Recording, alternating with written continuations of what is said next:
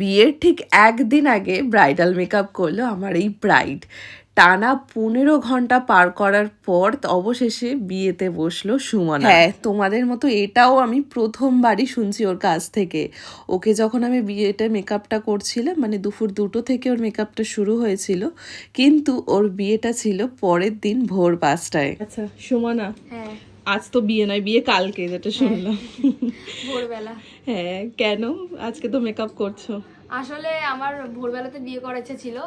আর এই ডেটটা যখন সাডেন ঠিক হয় আমি ভাবলাম যে এত তাড়াতাড়ি বিয়ে করব, তো যখন জানতে পারি যে সকালবেলাতে বিয়ে হচ্ছে মানে ভোরবেলাতে টাইমিং, আর যে না এটাতে এই টাইমটা করতেই হবে, এটা মিস করা যাবে না। সকালবেলা কিন্তু একটা অন্যরকম হ্যাঁ হ্যাঁ এক্সপেরিয়েন্স। হ্যাঁ, আমার মানে বরাবরই আমি কাউকে বলিনি, বাট আমার বরাবরই মানে সকালবেলাতে বিয়ে করার ইচ্ছা ছিল। তাহলে তো একটা লং টাইম মেকআপ স্টে করানোর ব্যাপার আছে। হ্যাঁ দেখা যাক। তো কেমন কি চাইছো একটু যদি বলো। তুমি তোমার মতন করে দেবে পুরোটা, ঠিক আছে? আচ্ছা আমার স্কিন টোনের উপর রাখবে বাস, আর কিছু আমার মানে কোনো রিকোয়ারমেন্ট নেই, বাকিটা পুরো তোমার উপর।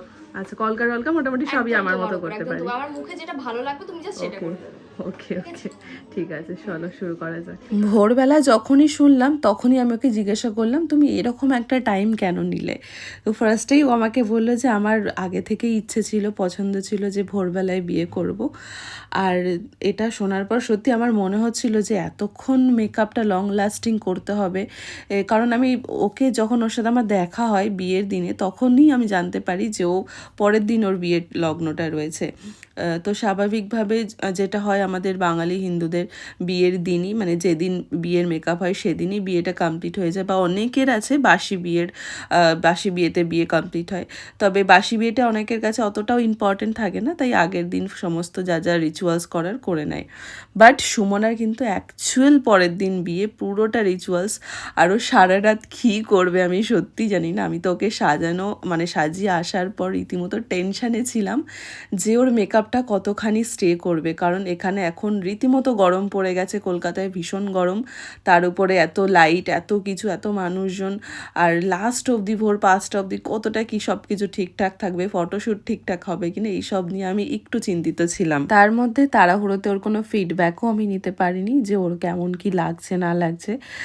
ওর রিসেপশনেও আমি গেছিলাম, সেখানে কেমন মেকআপ হলো সেটাও তোমাদের সাথে শেয়ার করব। আই মেকআপটাকে একদম নিউডের ওপরে রেখেছি আমি, যেহেতু ওর চোখটা ছোট ছোট ছিল একটু, তাই খুব বেশি কিছু শিমারি বা অনেক বড় বড় টানা টানা উইংস লাইনার এগুলো যেত না। ছোট চোখে একটু আমি পছন্দ করি হালকা মেকআপ, আর সেইভাবেই ওর আই মেকআপটা আমি করে নিয়েছিলাম। এখানে হয়তো তোমরা অনেকে বুঝতে পারছো, আর বুঝতে পারছেও না, বাট আমি কিন্তু আই মেকআপটা করেই নিয়েছিলাম। আর